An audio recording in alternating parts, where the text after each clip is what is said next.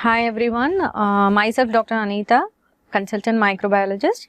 I'm here to discuss about hypersensitivity, and in this lecture I will cover about type 1 and type 2 hypersensitivity reactions. So moving on to the lecture preview. So today I'll be covering what is the definition of hypersensitivity and classification of hypersensitivity and types of hypersensitivity and type 1 and type 2 hypersensitivity in detail. And what is type 1 hypersensitivity, what do you mean by allergen, and some examples for allergens, and of course mechanism of type 1 hypersensitivity. This involves sensitization phase and effector phase, everything in detail, and what are the manifestations of type 1 reaction, and late manifestations and early manifestations of type 1 reaction. And all these things we are going to see today, and also detection methods of type 1 hypersensitivity reaction and type 2 hypersensitivity reaction, like mechanism of type 2 hypersensitivity reaction, which includes complement dependent reactions, ADCC, that is antibody dependent cellular cytotoxicity, or auto antibody mediated antibody dependent cellular dysfunction. So all these things. Today I will be covering all these points. So moving on to the definition of hypersensitivity. So usually the purpose of our immune response is to eliminate the foreign antigens that entered into the host. In most instances, these antigens are cleared by the immune response and without causing any significant damage to the host. But at times this immune response may be abnormal, leading to exaggerated inflammatory response, immune response, causing extensive tissue damage and sometimes even death. So the term hypersensitivity or allergy refers to the injurious consequences that occur in the host, happens in the sensitized host following subsequent contact with the specific antigen. So following subsequent contact with the specific antigens, some injurious consequences occurs in the sensitized host. So this is referred to as hypersensitivity or allergy. So moving on to the classification, that is Gell and Coombs classification. So hypersensitivity that occurs immediately or after a few days of antigen contact. So based on that, it is broadly classified into immediate type hypersensitivity and delayed type hypersensitivity. So this usually results from abnormality of our immune response, that is either it may be due to abnormal humoral immune response or abnormal cell mediated immune response. So type 1, type 2, type 3, type 4 hypersensitivity, there are 4 types of hypersensitivity. The first 3 comes under immediate type hypersensitivity, whereas type 4 hypersensitivity comes under delayed type hypersensitivity reaction. So what is immediate hypersensitivity reactions? Because this occurs immediately, that is within few minutes to few hours of antigen contact as a result of abnormal exaggerated humoral response, that is antibody mediated immune response. Whereas delayed type hypersensitivity reaction, this occurs after few days of antigen contact. So as a result of abnormal cell mediated immune response. So immediate hypersensitivity reactions can further be classified into 3 types based on the type of effector mechanisms.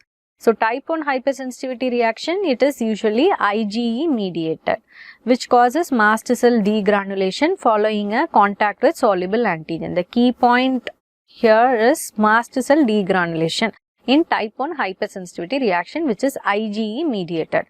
Whereas in type 2 hypersensitivity reaction, this is antibody mediated, mainly IgG mediated and rarely IgM mediated. This causes complement activation leading to complement mediated reactions or antibody dependent cellular cytotoxicity, that is ADCC, in response to cell surface bound antigens. And type 3 reaction is immune complex mediated reaction, that is due to the antigen antibody binding, these immune complexes are formed. So this is immune complex mediated inflammatory response due to the interaction between soluble antigen and antibody, usually IgG antibody. It results in an abnormal inflammatory response. This is type 3 hypersensitivity reaction.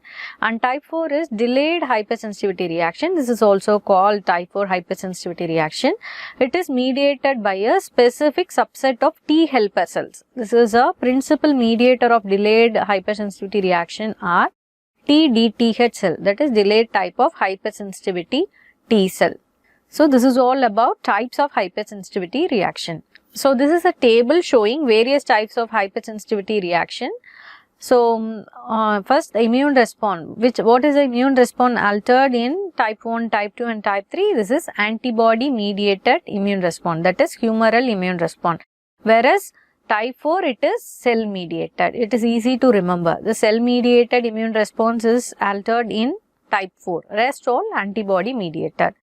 Which is immediate and which is delayed. As I told, the first 3 types comes under immediate type hypersensitivity reaction, whereas type 4 alone is delayed type hypersensitivity reaction. Of course, the immediate type hypersensitivity reaction occurs within minutes to hours. So the first 3 occurs within 2 to 30 minutes, 5 to 8 hours and 2 to 8 hours. Whereas type 4 hypersensitivity reaction occurs within 24 to 72 hours. It takes days to weeks. And antigen, here the antigen is soluble antigen. Here the antigen involved is cell surface bound antigen. Here again soluble antigen. Whereas in type 4, it could be either soluble or bound antigens. Which is a principal mediator? Mediator in type 1 is IgE and type 2 is IgG and type 3 is antigen antibody complex, that is immune complex.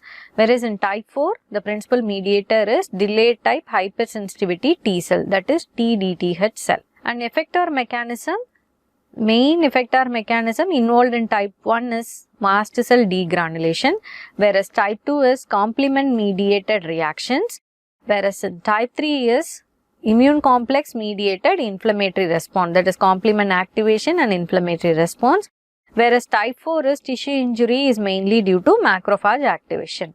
So the 4 key points we need to remember, like mast cell degranulation, complement mediated reactions, antigen antibody complex mediated inflammatory response and macrophage activation leading to tissue injury. And desensitization to the allergen, here in type 1 it is easy, desensitization is easy but short lasting. In type 2 also it is easy, short lasting, type 3 also the same. But in type 4 it is difficult, desensitization is very difficult in type 4 reaction but it is sustained. So examples of type 1 reactions, anaphylaxis, asthma, atopic dermatitis. Whereas type 2 reactions, transfusion reactions, RH incompatibility, hemolytic anemia. Whereas type 3 reactions, Orthus reaction, serum sickness, glomerulonephritis, rheumatoid arthritis. Whereas type 4 reaction, it is tuberculin test, granuloma formation in tuberculosis, leprosy and contact dermatitis. So these are the typical manifestations of 4 types of hypersensitivity reactions.